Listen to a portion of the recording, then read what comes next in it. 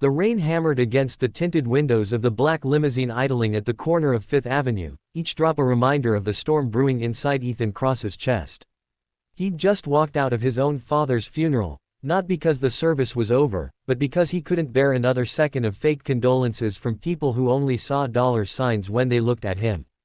At 38, he'd built an empire worth billions, but sitting alone in the back of that limo, surrounded by leather and silence, he'd never felt more hollow. Success, he'd learned, was the loneliest achievement of all when there was no one waiting at home to share it with. He loosened his black tie and stared at nothing, his mind replaying his father's last words, "Don't end up alone like me, son." The old man had died in a hospital room with only nurses present. Ethan had been in Tokyo closing a deal. He'd made it back in time for the funeral, but not for goodbye. The guilt sat in his stomach like a stone. That's when he heard it, a small tap on the window. So light he almost missed it over the rain. Ethan looked up to see a tiny handprint pressed against the glass, rain streaming around it. Below it, barely reaching the window, stood a little girl who couldn't have been more than 6 years old. She was soaked through, her pink jacket plastered to her small frame, dark hair stuck to her cheeks. But it was her eyes that stopped his breath, huge, brown, and filled with a determination that seemed far too old for her face.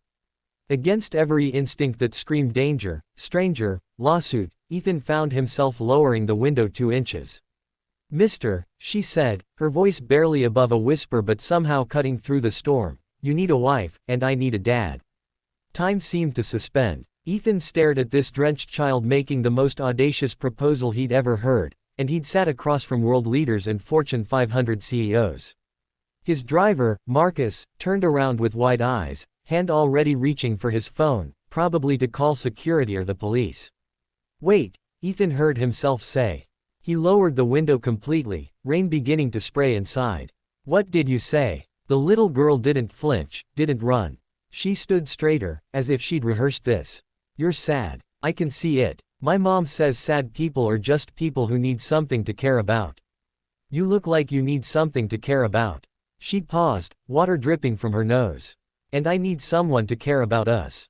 Us. Ethan's heart began to pound. "Where's your mother?" The girl pointed down the street to a figure huddled in a recessed doorway.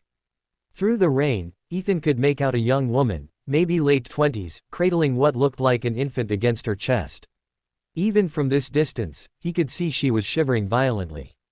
"She's sick," the little girl continued, her voice cracking for the first time. "And my baby brother is cold. We've been sleeping in the subway station but they kicked us out this morning. Mom won't go to a shelter because she says they'll take us away from her. She's a good mom, she just lost her job when she had Tommy and our landlord." Her words tumbled out faster now, desperate. "I know you're rich. I saw your car and your suit. Rich people can fix things, right?" Something inside Ethan shattered. Maybe it was the funeral, maybe it was his father's warning, maybe it was the way this child was negotiating for her family's survival with the composure of a seasoned diplomat. But suddenly, the emptiness he'd been drowning in didn't feel quite so consuming. "Marcus, drive over there," he said quietly. "Sir, I really think we should call. Drive over there." As the limo pulled up to the doorway, Ethan grabbed his suit jacket from beside him and opened the door, ignoring Marcus's protests. The rain soaked him instantly, but he barely noticed. He approached the young woman slowly, hands visible, the little girl rushing ahead. "Mommy, I found help. I told you I would." The woman's head snapped up, and Ethan saw terror flash across her pale face. She clutched the baby tighter. "Lily, what did you do?" Her voice was hoarse, exhausted. "I'm sorry, sir, my daughter doesn't understand, we don't want trouble." "Neither do I," Ethan said gently, crouching down so he wasn't towering over her. Up close, he could see the purple shadows under her eyes, the way her lips had a slightly blue tint, the desperate way she was trying to shield her infant from the elements with her own body. "My name is Ethan. Your daughter just made me the strangest business proposition I've ever received." Despite everything, a ghost of a smile touched the woman's lips. "That sounds like Lily. She's worried about you. And Ethan paused, surprised by the thickness in his throat. "I just came from my father's funeral. He died alone because I was too busy building a company to build a life. And your daughter just reminded me what actually matters." He stood, extending his hand. Please, let me help. No strings, no tricks. Just one human being to another. There's a hospital 3 blocks from here. Let me get you and your children somewhere warm and dry. The woman, she'd later tell him her name was Sarah, stared at his hand like it was a mirage. Why would you do this? You don't know us. That's exactly why I should do this, Ethan said. Because if we only help people we know, what kind of world are we building? 20 minutes later, they were at Manhattan General Hospital. Ethan had carried the baby while Lily held his hand with a grip that suggested she wasn't letting this miracle slip away. Sarah was admitted immediately. She had pneumonia, the doctors said. Another few days and it could have been critical. The baby, Tommy, was dehydrated but would be fine. Lily sat in the waiting room, wrapped in Ethan's suit jacket that swallowed her whole, and ate a sandwich from the cafeteria like it was a 5-star meal. Are you really going to help us? She asked between bites, those old soul eyes studying him carefully. Yes, Ethan said, and meant it with a conviction that surprised him. But I can't be your dad, Lily. That wouldn't be fair to you or your mom. Her face fell. But you seemed so perfect. What I can be, he interrupted gently, is someone who makes sure you and your mom and Tommy never have to sleep in subway stations again. Someone who helps your mom get back on her feet. Someone who, he paused, emotion welling up. Someone who remembers that people matter more than board meetings. Over the next 3 months, Ethan did exactly that.